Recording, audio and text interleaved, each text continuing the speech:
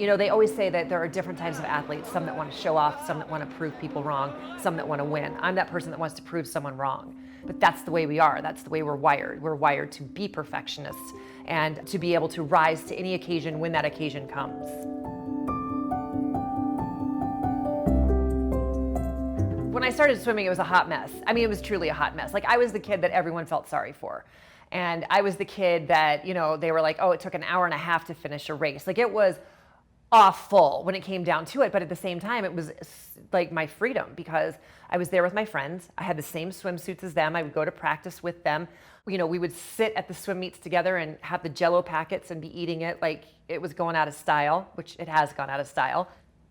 My goal was to make it to the other side of the pool. Like, that's all I wanted to do. And I remember trying and struggling, and like I would be pulling on the lane lines to try to get myself closer to the other edge of the pool. And, you know, eventually it happened, and it was really cool when it happened. And, you know, I felt like I was the greatest swimmer to ever walk the earth.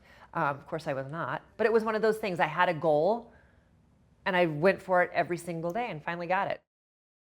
My senior year, I qualified for the 92 Olympic trials and the 50 free. And at that moment I said, this dream of mine that I've had ever since watching Matt Biondi and Janet Evans in the 88 games can actually come true. I remember that moment, and I remember kids were coming up to me asking me for my autograph, and I was like, oh my. So that's when I felt like it could probably happen.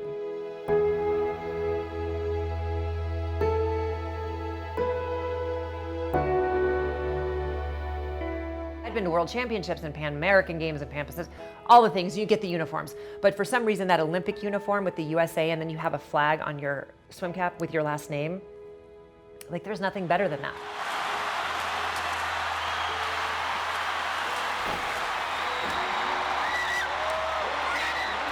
So here's what's funny. I don't remember the first time being on the podium, but I remember my last time on the podium in '96, and it was the coolest feeling ever. To look out and to see all the Americans that were there, and with their faces painted, and they had signs that said Amy Forever Gold, and just all the photographers, and you realize like what a big deal that was.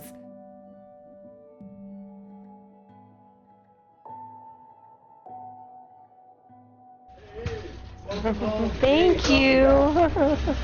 Hi. How you doing? I'm doing all right, thank you. Rocking and rolling. After dinner, I got on my ATV, and I was going, I don't remember any of this, and I hit a curb and went over a 6-foot cliff. My husband found me face down, back was broken. He got down there, I wasn't breathing, and then I was put in flight for life, and I had surgery to save my life and put my back together the next morning at about 7 or 8 a.m.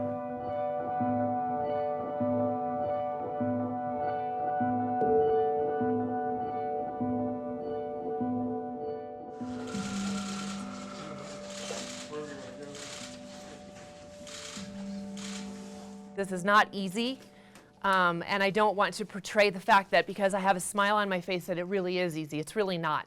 The first year is the worst. The first year, I don't wish that on anybody. It's awful because you're getting your bearings, you're learning how to get in and out of a car, you're learning how to take care of your body, which is fighting back. So there are a lot of times where I was like, this is too much. I can't do it. And then I thought about it, and I was like, you know, I always went back to that thing that my mom always said, you'll never be handed more than you can handle. So I always thought, well, if I'm thought to be able to handle this, then I need to be able to handle this. What did help me get through this is the fact that I am an athlete, and I know how far I can push my body.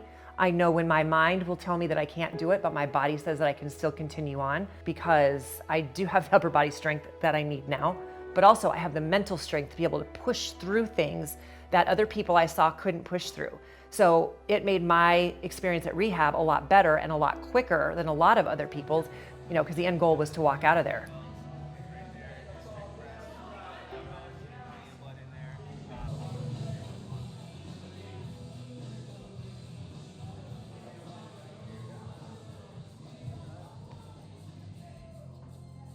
What motivates me is the fact that I don't want to waste my life. I'm a 46-year-old woman who is competing in CrossFit with 20-somethings.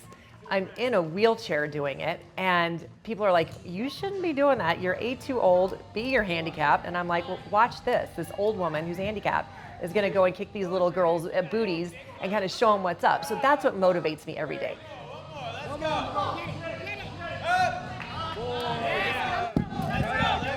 I want to be known as a woman who did things that had never been done before. 4 golds in the Olympics, right? And also breaking barriers, hopefully making it more human to be a disabled person. But yeah, breaking barriers.